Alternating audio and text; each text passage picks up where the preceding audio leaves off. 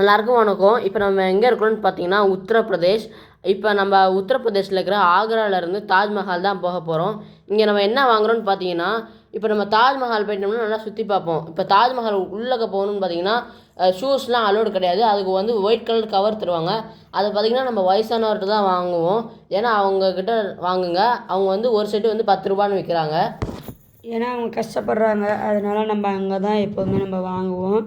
இப்போ பார்த்திங்கன்னா நம்ம வந்து தாஜ்மஹால் வந்து ஒரு உலக அதிசயத்தில் ஒன்று 7 இதில் அது ரொம்ப ஒரு முக்கியமானது.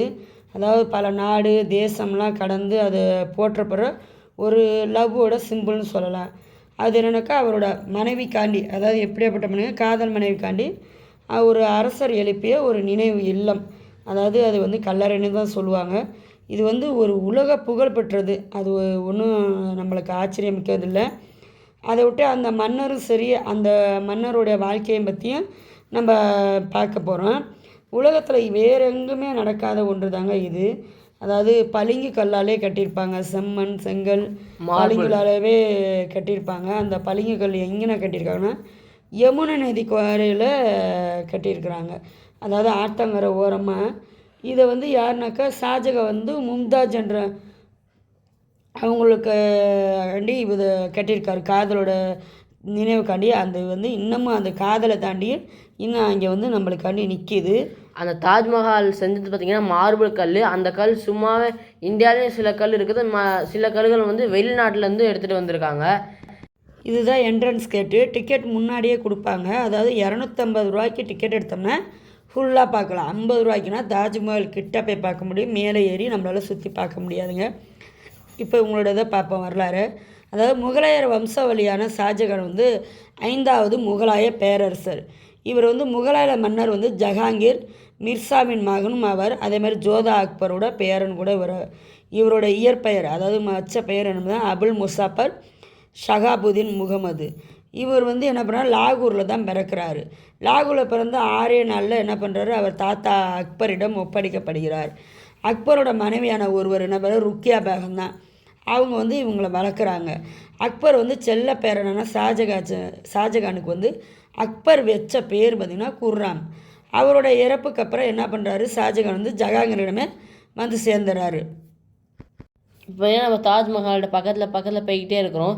இங்கே பார்த்தீங்கன்னா நீங்கள் கைடு கூட்டிகிட்டு போனீங்கன்னா உங்களுக்கு வந்து நல்ல எக்ஸ்ப்ளனேஷனோட சொல்லி தருவாங்க. அதே மாதிரி ஃபோட்டோவும் வாங்கலாம். அதே மாதிரி கைட்லைன்ஸ் பார்த்தீங்கன்னா எங்களுக்கு எவ்வளோன்னு கேட்டாங்கன்னு பார்த்தீங்கன்னா 200 ரூபா. ஆனால் அந்த 200 ரூபாய்க்கு நல்ல குட் குவாலிட்டி. ஏன்னா நல்லாவே எங்களுக்கு எக்ஸ்பிளைன் பண்ணார் ஒரு இடத்தையும். மும்தாஜோட பேர் பார்த்தீங்கன்னாக்கா அர்ஸ்மந்த் பானு பேகின்னு சொல்லுவாங்க. அவர் மேலே தான் ஷாஜகான் வந்து காதல் கொள்கிறார். அதே மாதிரி நாங்கள் பார்த்தீங்கன்னா தாஜ்மஹால் என்ட்ரன்ஸ் கிட்ட வந்தோடனே ஃபோட்டோ ஷூட்டுக்கு பார்த்தீங்கன்னா நின்னாங்க. ஒரு ஃபோட்டோ எவ்வளோன்னு கேட்டோம்னா 50 ரூபா. நாங்கள் 10 ஃபோட்டோ எடுத்தால் பார்த்தீங்கன்னா 1000 ரூபா. நாங்கள் பார்த்தீங்கன்னா 10 ஃபோட்டோ எடுத்துக்கிட்டோம். இதே உங்களுக்கு என்ன எக்ஸ்ட்ரா நீங்கள் எடுத்துக்கலாம், அது கொஞ்சம் எக்ஸ்ட்ரா சார்ஜ் பண்ணுவாங்க. எங்களுக்கு எடுத்தவங்க பார்த்தீங்கன்னா மொபைல், அதாவது வாட்ஸ்அப்லேயும் அவங்க பார்த்தீங்கன்னா ஃபோட்டோ செஞ்சுட்டாங்க. ஆல்பமும் செஞ்சு கொடுத்துட்டாங்க வித் பிக்சர்ஸோட. அதுக்கு முன்னே கொஞ்சம் எக்ஸ்ட்ரா சார்ஜ் பண்ணாங்க. ஏன்னா நம்மளுக்கு எல்லா ஃபோட்டோகிராஃபும் நம்மளே போனோம்னா கேட்பாங்க, லைஃப்பில் ஓட்டாக தான் நம்ம இங்கே போகிறோம், நம்ம அதனால் ஃபோட்டோ எடுத்து வச்சுக்கணும். அவங்க அப்பா ஜஹாங்கீர்கிட்ட போய் என்ன பண்ணுறாரு, ஷாஜகான் வந்து எனக்கு மும்தாஜை திருமணம் செஞ்சு வைக்குமாறு கேட்குறாரு. ஷாஜகான் காதலெல்லாம் ஏற்றுக்கிறாரு ஜஹாங்கீர். ஆனால் வந்து கொஞ்சம் ஒரு சில காரணங்களால் என்ன பண்ணுறாரு, கொஞ்சம் 5 வருஷமாக காத்திருக்க மாதிரி சொல்கிறாரு. சொன்ன மாதிரி 5 வருஷத்துக்கு அப்புறம் ஷாஜகானுக்கும் மும்தாஜுக்கும் திருமணம் செஞ்சு வைக்கிறார். அதுக்கு முன்னாடியே என்ன பண்ணிட்டாங்க, 2 மேரேஜ் நடந்துருச்சு. இவங்க வந்து 3வது ஒய்ஃபு. ஆனாலும் மற்ற மனைவிகளை விட இந்த மும்தாஜ் மேலே தான் அவர் ரொம்ப பிரியமும் காதலும் வச்சிருக்கிறாரு. மும்தாஜ் மேம் வந்து ஒரு புத்திசாலி, கல்வியில் சிறந்து விளங்கியவர், பேரன்பு கொண்டவர். அது மட்டும் இல்லாமல் அவர் ஒரு சுயமரியாதையான பெண். இந்த காரணத்தினாலே ஷாஜகான் வந்து மும்தாஜ் மேலே காதல் ஏற்படுகிறது. அர்ஸ்மந்த் பானு பேகம் என்ற பெயரை மும்தாஜ் மகால் என மாற்றி, அதாவது அரண்மனையிலே உயர்ந்தவன் சொல்லி மாற்றி பற்றமளித்து மனைவியை கௌரவித்தார். யார், ஷாஜகான் வந்து அது மாதிரி பண்ணுறாரு. மேவார் போர், அதாவது மேவாருங்கிறது ரொம்ப முக்கியமான போருங்க. தக்கானை கைப்பற்றுறது, அதாவது தக்கான பீடம்னு நம்ம சவுத்தை சொல்கிறாங்க. அது மாதிரி பல வெற்றிகளை வந்து அவர் குவித்ததுனால அவரோட அப்பா ஜஹாங்கீர் என்ன பண்ணுறாரு, ஷாஜகாங்கிற பேருக்கு கிங் ஆஃப் த வேர்ல்டுன்னு பொருள். அதனால் அந்த மாதிரி பேர் வச்சுருக்காங்க. அதுக்கப்புறம் ஜஹாங்கீர் இறந்து போகிறாரு. அண்ணன்களை எதிர்த்து மும்தாஜரோட தந்தையும் தனது மாமனாரான அசாப் கானோட சேர்ந்து பல சூழ்ச்சிகளை அரியணை ஏறுறாரு ஷாஜகான். அக்பரை போலவே அவர் தன்னுடைய ராஜ்யத்தை விரிவுபடுத்தல ஆர்வமாக இருக்கிறாரு. அவரோட ஆட்சி முக்கிய நிகழ்வாக இருப்பது அகமந்தகர் ராஜ்யத்தில் அழிப்பு. அதே மாதிரி பெர்சியர்களை கந்தகாரை இழக்கிறாரு. இப்போ பார்த்திங்கன்னா நம்ம தாஜ்மஹால் கிட்ட பக்கத்தில் போயிட்டு இருக்கிறோம். போகிறதுக்கு முன்னாடி ஃபவுண்டைன் மட்டும் வச்சுருக்காங்க. போகிற வழியிலே பார்த்திங்கன்னா மரம் செடி கார்டன்ஸ் அதுக்குள்ளே போக கூட இருக்கான்னு சொல்லி ஃபென்சிங்லாம் போட்டு வச்சுருக்காங்க. பார்க்கவே தாஜ்மஹாலுக்குள்ளே வந்துட்டாவே க்ரீனரியாக நல்லா க்ளீனாகவும் இருக்கும். அங்கே நம்ம முதல்ல க்ளீனாக இருக்கணும். ஒரு முறை மத்திய பிரதேசுக்கு போருக்கு சென்றிருக்கும்போது ஷாஜகான் நிறை மாத கர்ப்பிணியாக இருக்கிற மும்தாஜையும் கூட்டிகிட்டு போயிருக்காரு. அப்போ 14வது பிரசவம் ஏற்படும் போது அவங்க இறந்துட்டாங்க.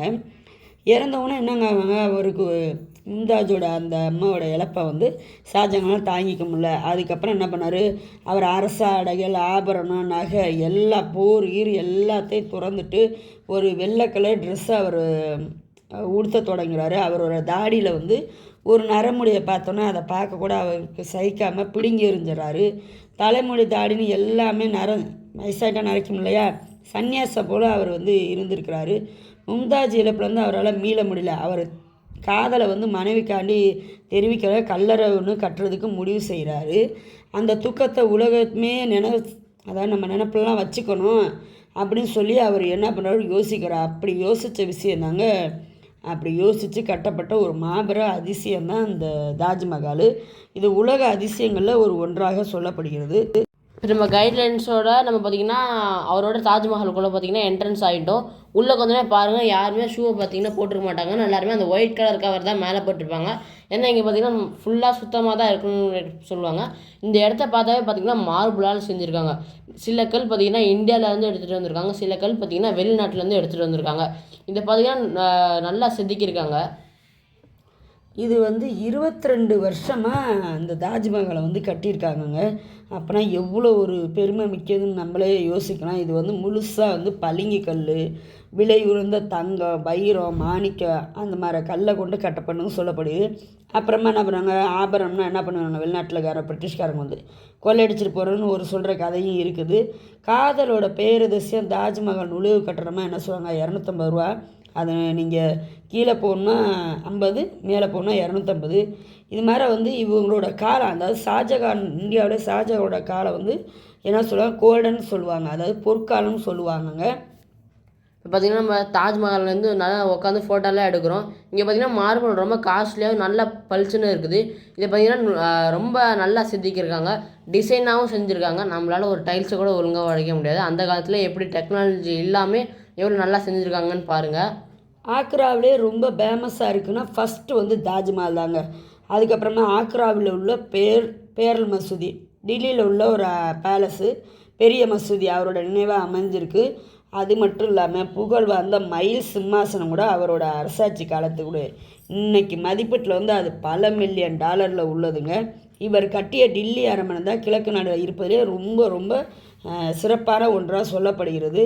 இவர் அடக்கம் செய்கிறதுக்காண்டி ஒரு கருப்பு தாஜ்மஹால் ஒன்றை கட்டுறதுக்கு திட்டமிட்டார். ஆனால் அதுக்கு காலம்னா டைமில் ரொம்ப வருஷம் ஆயிருமில்லங்க. அதே மாதிரி ஷாஜகானோட மகன் யாருன்னு பார்த்திங்கன்னா அவுரங்கசீப். இவர் தான் முகலாயர் மன்னரில் லாஸ்ட்டும் சொல்லப்படுறாங்க. இவர் என்ன பண்ணுறாரு, தந்தையவே அதாவது ஜெயிலில் போட்டு அடைச்சி வாழ்நாள் முழுவதும் அவரை வச்சுருக்காங்க. ஆனால் அப்போவும் கூட அவரோட காதல் மனைவியை நினைவை வச்சு அந்த ஆக்ரா கோட்டை சிறையிலே கழிக்கிறார் ஷாஜகான். அதை பார்த்துக்கிட்டு அதுக்கப்புறம் என்ன பண்ணாங்க, அவர் இறந்துறாரு. இறந்தவுடனே இந்த இதில் தாங்க ஷாஜகானும் மும்தாஜும் அடக்கம் செய்யப்பட்டிருக்காங்க. இந்த மும்தாஜ் மேம் பார்த்திங்கனாக்கா 3 டைம் அவர் இடந்து தோண்டி தோண்டி புதைச்சிருப்பாங்க. அதுவும் ஒரு வரலாறு இருக்குங்க. ஏன்னா எப்படிலாம் இந்த இதை கட்டியிருக்காங்கன்னு பாருங்கள் நீங்களே. இந்த தாஜ்மஹாலை பார்க்குறது பார்த்திங்கன்னா நிறைய பேர் இந்தியாவிலேருந்து எங்கெங்கேயும் வராங்க. எக்ஸாம்பிள் நம்ம கூட தமிழ்நாட்டிலேருந்து இங்கே பார்த்திங்கன்னா வந்திருக்கோம். சில பேர் அதாவது நாடு விட்டு நாடெலாம், அதாவது ஃபாரினர்ஸ் கூட இங்கே பார்த்திங்கன்னா பார்த்துட்டு போகிறாங்க. அப்போ இந்தியாவில் இது எவ்வளோ பெரிய ஃபேமஸ் பாருங்கள். இது இந்தியாவில் மட்டும் இல்லை, வேர்ல்டு வைட்லேயே ரொம்ப ஃபேமஸானது. ஏன்னு பார்த்திங்கன்னா அது அப்போவே, அதாவது நம்ம இப்போ வர டெக்னாலஜிக்கு முன்னாடியே டெக்னாலஜி இல்லாமல் எவ்வளோ நல்லா செஞ்சுருக்காங்கன்னு பாருங்கள். அதுவும் ஒரு காதலுக்காக எவ்வளோ நல்லா செஞ்சுருக்காங்க பாருங்கள். தாஜ்மஹாலில் இருந்தால் சுவரில் பதிக்கப்பட்ட மதிப்புமிக்க வைரக்கல், அந்த வைடூரியம், தங்கம், அதே மாதிரி தரை விரிப்பு, சுவரில் தொங்குகிற பொருட்கள்லாம் மறைஞ்சிருச்சுங்க. அதாவது பிரிட்டிஷ் காலத்தில் எல்லாமே ஆங்கிலர் படையெடுப்புனால எல்லாமே காணாமல் போயிடுச்சு. சரிடா தம்பி, இங்கே போகும்போது எப்படி ஜாலியாக இருந்தது? எனக்கு ஒரு நல்ல I am proud to be a Indian. ஏன்னா நம்ம இந்தியாவில் இது ஒரு பெரிய ஃபேமஸ் இடம்னு கூட சொல்லலாம். அதனால நம்மளும் இங்கே பார்த்திங்கன்னா வந்திருக்கோம். நம்ம இந்தியாவில் இப்படி ஒரு ஃபேமஸான இடம் இருக்குதுன்னு எல்லாருமே இங்கே பார்த்திங்கன்னா வந்துட்டு போங்க. இங்கே பார்த்திங்கன்னா நிறைய ஃபெசிலிட்டிஸ் இருக்குது. லைக் ரெஸ்ட் ரூம் இருக்குது, குடிக்க தண்ணி இருக்குது, கை கூட தண்ணி இருக்குது, உட்காரதுக்கு சீட்டு கூட இருக்குதுப்பா. இங்கே ஃபாரினர்ஸ் கூட நிறைய பேர் வந்துட்டு போகிறாங்க. ஸோ இந்தியன் கூட நீங்கள் பார்த்திங்கன்னா வந்துட்டு போயிருங்க. இது நம்மளுக்கு வந்து ஒரு ப்ரௌடு. என்னன்னாக்கா இவர் நல்லா யோசித்து கட்டியிருக்காங்க. எந்த நேரம் ஜிலுஜிலுப்புன்னு இருக்கணும். யமுனை நாட்டு அது அந்த கரையில் ஓரமாக கட்டியிருக்காரு. தோட்டம் ஏகப்பட்ட தோட்டம் இருக்குது. அதுக்கு தண்ணி தேவை இல்லைங்களே, அதனால அதுக்கு நியரஸ்டாகவே கட்டியிருக்காரு. ஏன்னா அதே மட்டும் இந்த தாஜ்மஹால் செய்கிறப்ப இந்த 4 தூணை பாருங்களேன், லைட்டாக சாஞ்சு வச்சுருப்பாரு. ஏன்னா எர்த்குவேக் வந்து இந்த தூண் பார்த்திங்கன்னா இந்த தாஜ்மஹால் படாமல் அங்கிட்டு விழுந்துரும்னு சொல்லி அது மட்டும் ஒரு ஐடியா பண்ணியிருக்காரு. அதே மட்டும் நீங்கள் ஒரு கார்டனுக்கு போவீங்க. அந்த கார்டன் பேர் எனக்கு தெரியல. ஆனால் அந்த கார்டன்லேருந்து நீங்கள் பின்னாடி பார்த்தீங்கன்னா இந்த தாஜ்மஹாலை பார்க்க முடியும். ஆமாம், ஆப்போசிட்டில் இன்னொரு இடத்துல இருந்து நம்ம பார்த்தோம்னா இந்த தாஜ்மஹால் நல்ல வியூ தெரியும். ரெண்டாவது இது வந்து காலையில் சூரியன் உதிக்கும் போது இளஞ்சவப்பாக தெரியுமா, மதியம் வந்து ஒரு கலராக தெரியுமா, நைட்டில் மில்கி கலரில் தெரியும். ஆனால் இப்போ அங்கே ஒர்க் பண்ணுற அந்த ஃபேக்ட்ரிஸ் அந்த மாசு பொருள்னால பட்டு பொல்யூஷனால் அந்த கலர் வந்து எல்லோவாக ஆகிட்டு இருக்குது.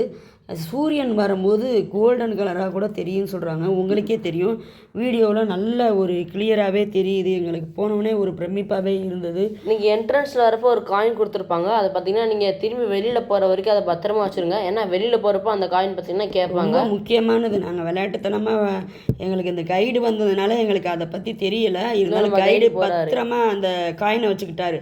நம்மள்ட்ட தான் உள்ளே விட்டாங்க. போகும்போது என்னத்தை கேட்க போகிறாங்கன்னு சொல்லிட்டு தூக்கி வச்சுட்டு போயிருப்போம். அவர் இருந்தார். அவர் வந்து அந்த காயினை கொடுக்கும்போது தான் உள்ளே விடுறாங்க. எங்களோட வந்தவங்க 10 பேரில் அந்த காயினை மிஸ் பண்ணிட்டாங்க. கொஞ்சம் பேசி தான் அவங்க சரி பண்ணி போகிற மாதிரி இருந்தது. அதனால் காயின் ரொம்ப முக்கியம். இந்த இடம் வந்து ரொம்ப வரலாற்றே முக்கியமானது. உலக அதிசயத்தில் ஒன்று. 7 அதிசயம்தான் உலக இதிலே. அதில் வந்து முக்கியமானது ஒன்று இந்தியாவோட தாஜ்மஹால். நம்ம இந்தியாவுக்கு ஒரு அடையாளம் ஐடென்டிஃபின்னு பார்த்திங்கன்னா தாஜ்மஹால் தான். லவ் சிம்பிள்னு சொன்னோம்னா அது தாஜ்மஹால் தான். ஃபாரினர் எல்லாருமே வந்து விசிட் பண்ணிட்டு போன ஒரு இடங்க. உத்தரப்பிரதேசில் இருக்கிறவங்க எல்லாருமே இங்கே பார்த்திங்கன்னா அதிகமாக போயிட்டு வந்துடுவாங்க. ஏன்னா இது பார்த்திங்கன்னா ஃபேமஸான இடம். அதே மாதிரி இந்த தாஜ்மஹாலுக்கு பார்த்திங்கன்னா நிறைய செக்யூரிட்டி இருக்கிறாங்க, மிலிட்ரி கூட ஃபோர்ஸ் கூட இருக்கிறாங்க. இந்த சைடு பார்த்தீங்கன்னாக்கா என்ட்ரன்ஸ் வந்து பேபி தாஜ்மஹால் வந்து அங்கேருந்து பார்த்து தான் தாஜ்மஹாலே கட்டியிருக்காங்க. நாங்கள் அது ஆல்ரெடி வீடியோ போட்டிருக்கோம். என்ட்ரன்ஸ் வந்து பார்த்திங்கன்னா நம்ம இந்தியாவில் இருக்க எல்லா ஃபேமஸையும் இங்கே போட்டிருக்காங்க. முகலோட வரலாறையும் நல்லாவே விவரித்து ஒரு வீடியோ மாதிரி இருக்குது, படமும் இருக்குது. இந்த வீடியோ பிடிச்சிருந்தா லைக் பண்ணுங்கள், சப்ஸ்கிரைப் பண்ணுங்கள், உங்கள் ஃப்ரெண்ட்ஸ்க்கு ஷேர் பண்ணுங்கள். இடம் எப்படி தம்பி இருந்தது? ரொம்ப நல்லா குலுன்னு இருந்துச்சு பாருங்கள். இப்போ நம்ம எக்ஸிட்டில் வந்துட்டோம். உண்மையாக சொல்கிறேன், நாங்கள் போனது மே மந்த்து. கருத்து போய் இருக்கிறோம் பாருங்கள் வீடியோவில். செம்ம வெயில். போகும்போது காரில் போங்க. ஆனால் நல்லா இருந்துச்சு வீடியோ. நல்லா என்ஜாய் பண்ணி. நன்றி, பாய்.